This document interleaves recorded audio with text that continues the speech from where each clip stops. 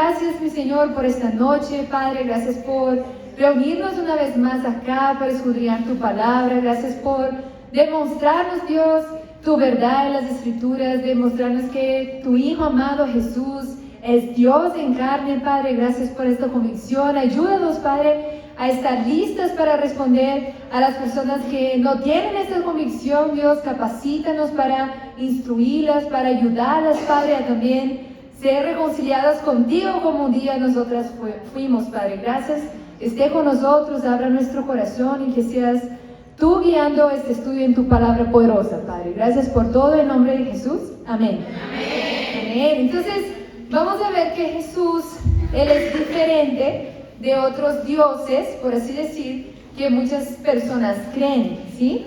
Y muchos en el mundo tienen esta visión distorsionada de Jesús. Entonces, este estudio ayuda, por ejemplo, a los hindúes a comparar a Jesús con los dioses hindúes, ¿sí? Para que ellos vean que Jesús es mayor que los dioses que ellos creen. También ayuda a los musulmanes a probar que Jesús no fue simplemente un profeta, como lo fue Mohammed o lo fue Abraham, ¿sí? Ellos creen que Jesús existió como figura histórica, pero que fue un profeta y no Dios en carne. Amén. También este estudio va a ayudar a los budistas a realmente comprender que Jesús es superior a Buda, ¿sí? Quien es que ellos siguen. También a los ateos a ver que Jesús obviamente es Dios en carne. También a personas que se dicen cristianas pero que no conocen de Jesús. Y también, quizás más cercano a nuestra realidad, acá en Colombia, este estudio puede ayudar a las personas que son testigos de Jehová, ¿sí? Los testigos de Jehová, ellos no creen que Jesús es Dios. Ellos creen que Jesús, eso yo saqué incluso de su propia filosofía, ¿no?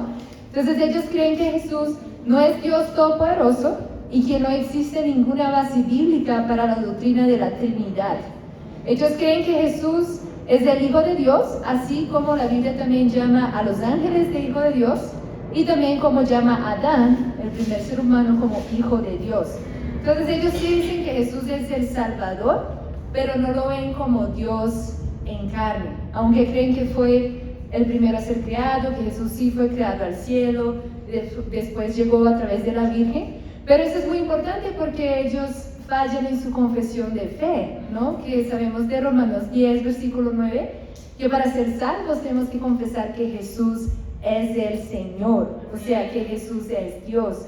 Y sin esta convicción, ellos no pueden ser salvos. Entonces, este estudio también ayuda a los testigos de Jehová, ¿amén? Tenemos un estudio solamente sobre eso, sobre varias escrituras que dice claramente que Jesús es Dios. Si alguien tiene interés, me pide, después yo les envío. Pero el enfoque de ese estudio es para ayudar también a personas más con trasfondo hindú, musulmán, budista. ¿Listo? Y bueno, en algunas naciones existe una creencia generalizada que dice que la gente cree que todo es Dios y Dios es todo. ¿Sí? Esta creencia se llama panteísmo. Ellos creen que Dios está en todo y en todos, por lo tanto todos son dioses, ¿sí? Pero vamos a ver que eso no es verdad en la Biblia, sino que Dios está por encima de la naturaleza. ¿Amén? Vamos a Romanos 5. Vamos. Contigo, mi Carol. Vamos, Carol. Bueno, sobre el tema de la Trinidad, ya vimos en el estudio del Espíritu Santo, ¿se acuerdan? Que vimos varias escrituras que decía que Jesús es el Espíritu, que Dios es el Espíritu. Entonces la doctrina de la Trinidad está bien clara también en las escrituras, ¿amén?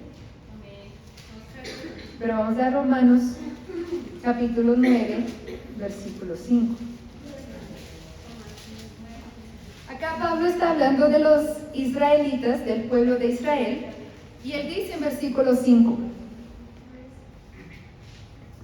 de ellos son los patriarcas, y de ellos, según la naturaleza humana, nació Cristo, quien es Dios sobre todas las cosas. Alabado sea por siempre. Amén. Esta escritura es muy clara. Acá Pablo está hablando de los israelitas y está diciendo que obviamente Cristo, Jesús, Él nació como israelita, Él nació judío, pero que Él es Dios. Entonces, bíblicamente, esa es apenas una de las varias escrituras que habla que Jesús es Dios, ¿sí? En Colosenses 2, vamos allá. Y como les dije, si quieren más escrituras de solo hablando que Jesús es Dios, también las tengo, me piden que es otro estudio, ¿ve? Pero acá en Colosenses 2, versículo 9, Colosenses 2, 9, dice: toda la plenitud de la divinidad habita en forma corporal en Cristo. Y en Él, que es la cabeza de todo poder y autoridad, ustedes han recibido esta plenitud. Entonces acá vemos claramente que también la Biblia dice que Cristo tiene toda la plenitud de la divinidad. O sea, que Cristo es 100% Dios. Todos los atributos de Dios lo podemos ver en Cristo. Amén. Y vamos a ver hoy cuáles son esos poderes que Jesús tiene, que Dios tiene, que comprueban que Jesús es Dios. Amén. Y increíble también esa escritura que podemos atesorar en nuestro corazón es entender que Jesús es el único Dios que viene en carne para redimirnos, ¿no? Y es increíble que Dios nos creó, pero es interesante, Dios no era capaz de comprendernos totalmente. ¿Por qué? Porque Dios es 100% luz y en Él no hay oscuridad. Él es 100% puro. Entonces era difícil Él compadecerse de personas como tú y yo, ¿sí? Que somos pecadoras, que tenemos oscuridad. Por eso Él envía a su Hijo, que es Dios también, a la tierra, para que Jesús tuviera tanto su plenitud de la divinidad, pero también la plenitud de un ser humano, ¿sí?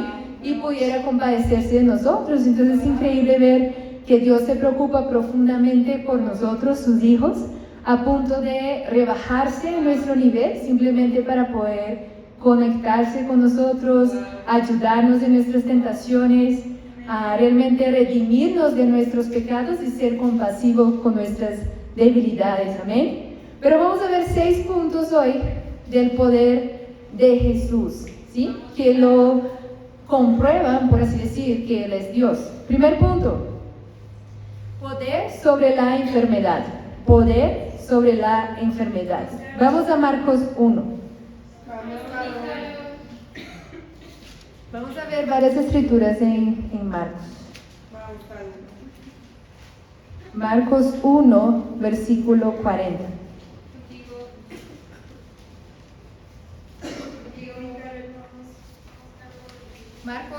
Marcos 1, 40. Ese micrófono de nuevo, ¿no? Que... Oremos por mejores equipos. Marcos 1:40 dice: un hombre que tenía lepra se le acercó y de rodillas le suplicó: si quieres, puedes limpiarme. Movido a compasión, Jesús extendió la mano y tocó al hombre diciéndole: sí quiero, queda limpio. Al instante se le quitó la lepra y quedó sano. Wow. Esa escritura es increíble. Acá vemos un hombre que tenía lepra, y lepra era una enfermedad altamente contagiosa que no tenía cura, ¿sí? Y por lo tanto las personas enfermas de lepra no podían tocar a nadie, y tampoco nadie quisiera obviamente tocar a estas personas. Pero vemos a este hombre que él se acerca a Jesús y él pide, ¿no? Es como: si quieres, purifícame. Y sabemos que Jesús tenía poder para sanar sin la necesidad de tocar a la persona. Pero acá vemos que Jesús intencionalmente lo toca y lo sana. ¿Por qué? Porque, o sea, para los judíos, cuando algo impuro tocaba algo puro, ¿qué pasaba? Los dos se vuelven impuros, ¿sí? Pero acá Jesús era puro, y él decide tocar algo impuro y todo se queda puro, ¿no? Entonces Jesús no simplemente tiene autoridad para sanar enfermedades, pero incluso él no se quedaba enfermo, amén. Y por eso a propósito él toca a este hombre. Y hoy en día muchos creen, ¿no? O muchas personas, incluso gurús, ¿sí? Los bandits, también curanderos, y otros dioses dicen poder sanar, pero nadie tiene esta capacidad de sanar instantáneamente como Jesús lo hacía, ¿sí? O sea, hoy en día es como ellos controlan un entorno. ¿Se apagó? ¿Aló? Sí. Perdón. ¿Aló? ¿Sí? ¿No? Gracias. Bueno, entonces hoy en día hay personas que dicen curar, pero si esto fuera verdad no hubiera gente enferma, amén, en el mundo. Pero solamente Jesús tenía este nivel de poder sobre la enfermedad, porque solamente un Dios verdadero puede curar inmediatamente, completamente y no quedarse enfermo, amén. ¿Queda claro? Sí. Eso. Vamos para el segundo punto. Poder para perdonar pecados. Aún en Marcos, vamos al capítulo 2. Marcos 2, del 1 al 7. Marcos 2, 1. Dice: unos días después, cuando Jesús entró de nuevo en Capernaum, corrió la voz de que estaba en casa. Se aglomeraron tantos que ya no quedaba sitio ni siquiera frente a la puerta, mientras él les predicaba la palabra. Entonces llegaron 4 hombres que le llevaron un paralítico. Como no podían acercarlo a Jesús por causa de la multitud, quitaron parte del techo encima de donde estaba Jesús, y luego de hacer una abertura, bajaron la camilla en la que estaba acostado el paralítico. Al ver Jesús la fe de ellos, le dijo al paralítico: hijo, tus pecados quedan perdonados. Estaban sentados allí algunos maestros de la ley que pensaban: ¿por qué habla este así? Está blasfemando. ¿Quién puede perdonar pecados sino solo Dios? En este mismo instante supo Jesús en su espíritu que esto era lo que estaban pensando. Vamos a saltar acá al versículo 11, dice, al 10 dice: pues para que sepan que el Hijo del Hombre tiene autoridad en la tierra para perdonar pecados, se dirigió entonces al paralítico: a ti te digo, levántate, toma tu camilla y vete a tu casa. Él se levantó, tomó su camilla enseguida y salió caminando a la vista de todos. Ellos se quedaron asombrados y comenzaron a alabar a Dios. Jamás habíamos visto cosa igual, decían. Wow. Entonces acá vemos que Jesús una vez más sana, otra persona tiene poder sobre la enfermedad de hacer un paralítico caminar, pero para las personas lo más asombroso es lo que Jesús habla en el versículo 5, que le dice: hijo, tus pecados quedan perdonados. Para los judíos eso fue una blasfemia, porque incluso ellos entendían que solamente Dios puede perdonar pecados, ¿sí? Ninguna persona, ningún mortal, ningún profeta puede perdonar pecados sino Dios. Y acá Jesús, para probar que Él tenía autoridad para perdonar pecados, Él sana al paralítico. ¿Por qué? Porque cuando uno es perdonado de sus pecados, no pasa una señal externa, ¿sí? Cuando nosotras, por ejemplo, fuimos bautizadas por el perdón de pecados, no es que salimos más brillantes del agua o no sé, una luz, ¿no? Desciende del cielo, o uno, no sé, empieza a dar ahí como giros, ¿no? Tiene poderes sobrenaturales. No, o sea, exteriormente es como si no hubiera pasado nada, ¿sí? Pero interiormente, obviamente, fuimos salvos. Y para Jesús probar que algo pasó interiormente con este hombre, Él lo sana físicamente, ¿sí? Para comprobar que Él tenía autoridad. Pero eso es lo que nos enseña, ¿no? Que solo un Dios santo y sin pecado puede perdonar pecados. Por eso que Jesús es Dios. ¿Amén? Amén. Tercer punto: poder sobre la naturaleza. En Marcos 4, vamos ahí. Marcos 4, 35. Vamos a leer, dice: ese día al anochecer les dijo a sus discípulos: crucemos al otro lado. Dejaron a la multitud y se fueron con él en la barca donde estaba. También le acompañaban otras barcas. Se desató entonces una fuerte tormenta y las olas azotaban la barca, tanto que ya comenzaban a inundarse. Jesús, mientras tanto, estaba en la popa durmiendo sobre un cabezal. Así que los discípulos lo despertaron. «Maestro», gritaron, «¿no te importa que nos ahoguemos?». Él se levantó, reprendió al viento y ordenó al mar: «Silencio, cálmate». El viento se calmó y todo quedó completamente tranquilo. «¿Por qué tienen tanto miedo?», dijo a sus discípulos. «¿Todavía no tienen fe?». Ellos estaban espantados y se decían unos a otros: «¿Quién es este que hasta el viento y el mar le obedecen?». Entonces acá vemos un ejemplo claro de Jesús teniendo poder sobre la naturaleza, ¿no? Y es increíble porque todo eso está registrado en el Evangelio, con el propósito también de convencer a nosotros, pero también de convencer a los mismos discípulos de quién era Jesús.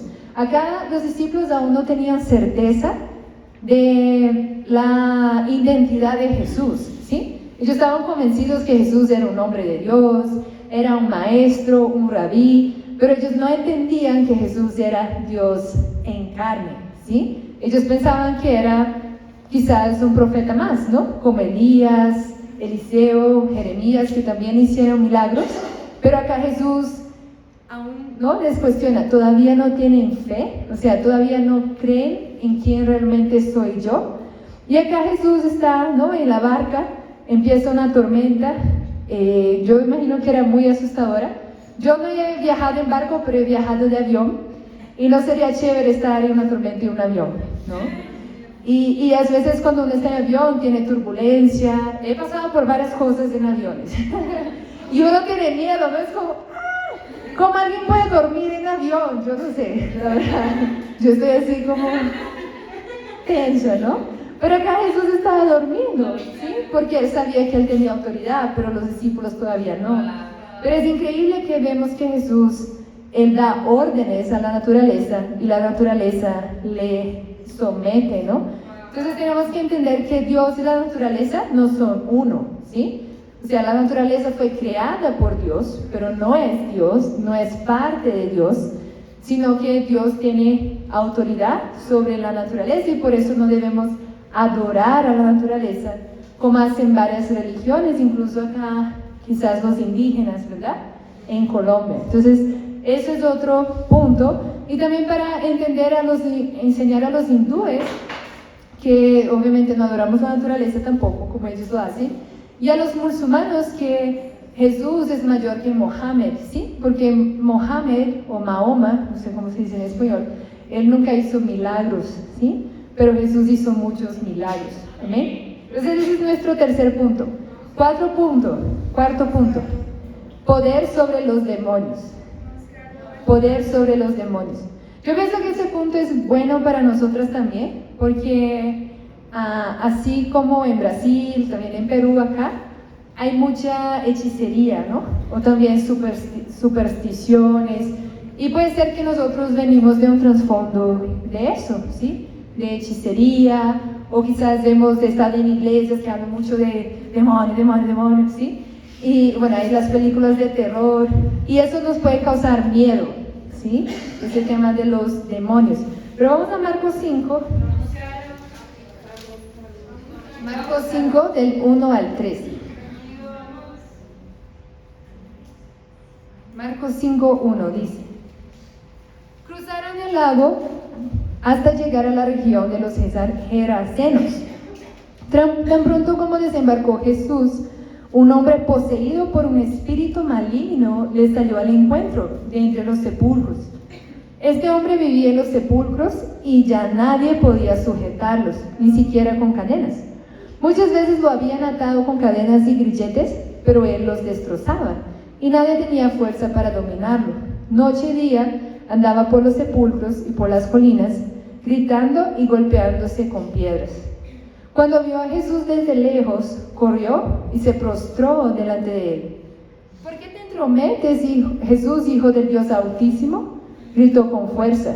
Te ruego por Dios que no me atormentes. Es que Jesús le había dicho: sal de este hombre, espíritu maligno. ¿Cómo te llamas?, le preguntó Jesús. Me llamo Legión, respondió, porque somos muchos. y con insistencia le suplicaba a Jesús que no le expulsara de aquella región. Como en una colina estaba paciendo una manada de muchos cerdos, los demonios le rogaron a Jesús: mándanos a los cerdos, déjanos entrar en ellos. Así que él se les dio permiso. Cuando los espíritus malignos salieron del hombre, entraron en los cerdos, que eran unos 2000, y la manada se precipitó al lago por el despeñadero y allí se ahogó. ¡Wow! Acá vemos a un hombre endemoniado. Y es interesante, ¿no?, que a veces las películas nos venden la idea de un endemoniado o de un demonio como algo haciendo daño, ¿no?, a personas, matándolas, o sea, algo así bien intenso. Pero es interesante que en la Biblia los endemoniados, ellos hacían daños a ellos mismos, ¿sí? O sea, no vemos un endemoniado atacando a una persona, ¿sí? O no sé, o demonios controlando una región o algo así, sino que más bien atacaban a esta misma persona, como atacaran al hijo de un judío, ¿no?, que le hacía tirarse en el agua, en el fuego. Entonces, vemos también bíblicamente que los demonios son distintos de lo que nos enseñan hoy, ¿sí?, de lo que está endemoniado. Pero también esa escritura nos anima de ver cómo los demonios, no es que ellos pelean con Jesús, es como ellos se someten, ¿sí? O sea, ni hay espacio para ellos intentar hacer algo. Acá dice que ellos pedían por favor, incluso como por favor, no nos haga daño, por favor, déjanos quedarnos. Y acá habla que Jesús tenía que darles permiso para hacer cualquier cosa. Entonces, como discípulos no tenemos que tener miedo de los demonios, no tenemos que tener miedo si alguien dice: ay, es que yo veo cosas, o simplemente es entender que Jesús tiene poder sobre los demonios, ¿sí? Y que los demonios tienen que incluso pedir permisión para hacer cualquier cosa.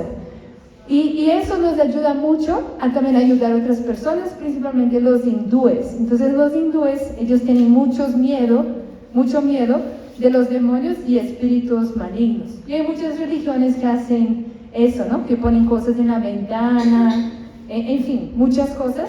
Y obviamente sabemos que hay un mundo espiritual, hay demonios, hay ángeles, pero no debemos andar con miedo si somos discípulos, ¿amén?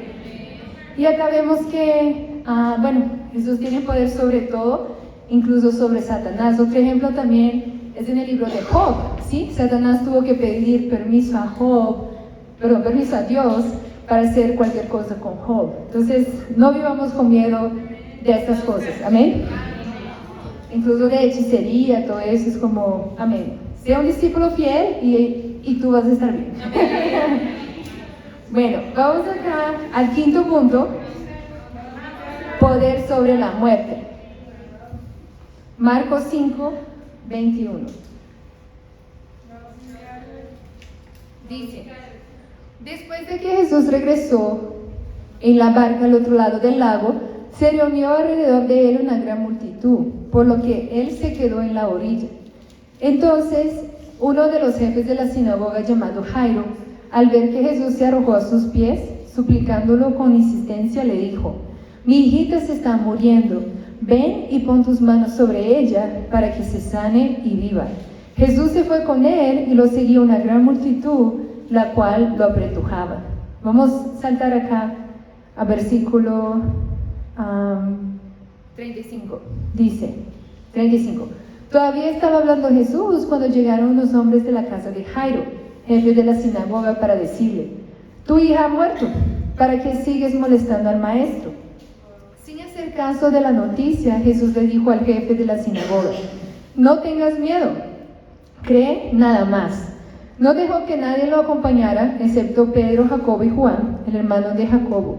Cuando llegaron a la casa del jefe de la sinagoga, Jesús notó el alboroto y que la gente lloraba y daba grandes alaridos.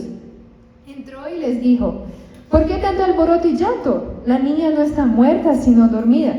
Entonces empezaron a burlarse de él, pero él les sacó a todos, tomó consigo al padre y la madre de la niña y a los discípulos que estaban con él, y entró a donde estaba la niña. La tomó de la mano y dijo: Talita cum, que significa: niña, a ti te digo, levántate. La niña, que tenía 12 años, se levantó enseguida y comenzó a andar. Ante este hecho, todos se llenaron de asombro. Él dio órdenes estrictas de que nadie se enterara de lo ocurrido y les mandó que le dieran de comer a la niña. ¡Wow! Acá vemos que Jesús, con su palabra simplemente, Él resucita a una niña que había muerto, ¿no? Y sabemos que Jesús, Él tiene poder sobre la vida y sobre la muerte. Esta niña no fue la única persona que resucitó físicamente a los muertos, pero el mayor poder sobre la muerte es ver que Jesús resucitó Él mismo de entre los muertos. No hay nadie en la historia que ha hecho eso o que incluso cree, ¿no? O sea, clama que ha hecho eso. Entonces es algo realmente muy poderoso, ¿no? Y es interesante que para Jesús es como, la niña no está muerta, para Él es como no hay diferencia, ¿sí? Si uno está vivo, si está muerto, porque Él tiene poder tanto para dar la vida como para sacarla, ¿amén? Y último punto, mujeres, ya para terminar. Yo miro a las universitarias, están como cansadas porque tuvieron devocional, pero vamos. Sexto punto, poder para crear algo de la nada. Vamos a Marcos 6. Marcos 6, 34. Marcos 6, 34. Dice: cuando Jesús desembarcó y vio tanta gente, tuvo compasión de ellos, porque eran como ovejas sin pastor. Así que comenzó a enseñarles muchas cosas. Cuando ya se hizo tarde, se le acercaron sus discípulos y le dijeron: ese es un lugar apartado y ya es muy tarde. Despide a la gente para que vayan a los campos y pueblos cercanos y se compre algo de comer. Versículo 37. Denles ustedes mismos de comer, contestó Jesús. Esto costaría casi un año de trabajo, objetaron. ¿Quieres que vayamos y gastemos todo ese dinero en pan para darles de comer? ¿Cuántos panes tienen ustedes?, preguntó. Vayan a ver. Después de averiguarlo, le dijeron: 5 y 2 pescados. Entonces les mandó que hicieran que la gente se sentara por grupos sobre la hierba verde. Así que ellos se acomodaron en grupos de 100 y de 50. Jesús tomó los 5 panes y los 2 pescados y mirando al cielo los bendijo. Luego partió los panes y se los dio a los discípulos para que se los repartieran a la gente. También repartió los 2 pescados entre todos. Comieron todos hasta quedarse satisfechos. Y los discípulos recogieron 12 canastas llenas de pedazos de pan y de pescado. Los que comieron fueron 5,000. ¡Wow! Esa es la famosa escritura que Jesús multiplica los panes. Y a mí leyendo esto me suena un poco chistoso, ¿no? Como si Jesús, por ejemplo, se olvidara de la condición de los discípulos, porque los discípulos hablan: miran, toda esta gente, que se vayan a comer. Y Jesús: denles ustedes mismos de comer. O sea, quizás para Jesús era tan obvio que Él podía multiplicar el pan, que quizás Él se olvidó que los discípulos no podían, ¿no? ¿Sabe cuando, no sé, quizás tú estás con tu hermano chiquito y tú le dices: haz esto? Y después: ay, sí, es que tú no sabes, ¿no? Y hacen: ven, yo te ayudo. Y Jesús acá básicamente le dice: bueno, tráigame lo que tienen y yo les voy a multiplicar, ¿no? Pero acá vemos que Jesús tenía el poder para crear algo de la nada, ¿sí? Eso es incluso físicamente imposible, ¿sí? La física dice que es imposible tú crear materia de la nada, ¿sí? La física dice que la materia se transforma, pero no puede ser creada, ¿no? Pero como Jesús es Dios, no le importa la física porque Él creó la física, entonces Él pudo crear algo de la nada, ¿sí? Y con eso podemos saber que Jesús es el creador y por eso es Dios, ¿amén? Bueno, mujeres, hemos visto hoy en esta prédica 6 puntos que nos comprueban que Jesús es Dios, tanto para asegurar nuestra fe, pero también para ayudar a estas personas, ¿no? Si tú nos visitas y no tenías convicción sobre quién es Jesús, ¿qué es lo que crees? Después de ver tantas escrituras, ¿no? Te animo a meditar en esta clase y tomar la decisión también de creer que Jesús es el único Señor, ¿amén? Entonces esa fue la clase de hoy, mujeres. Muchas gracias y no sé si alguien quiere comentar algo.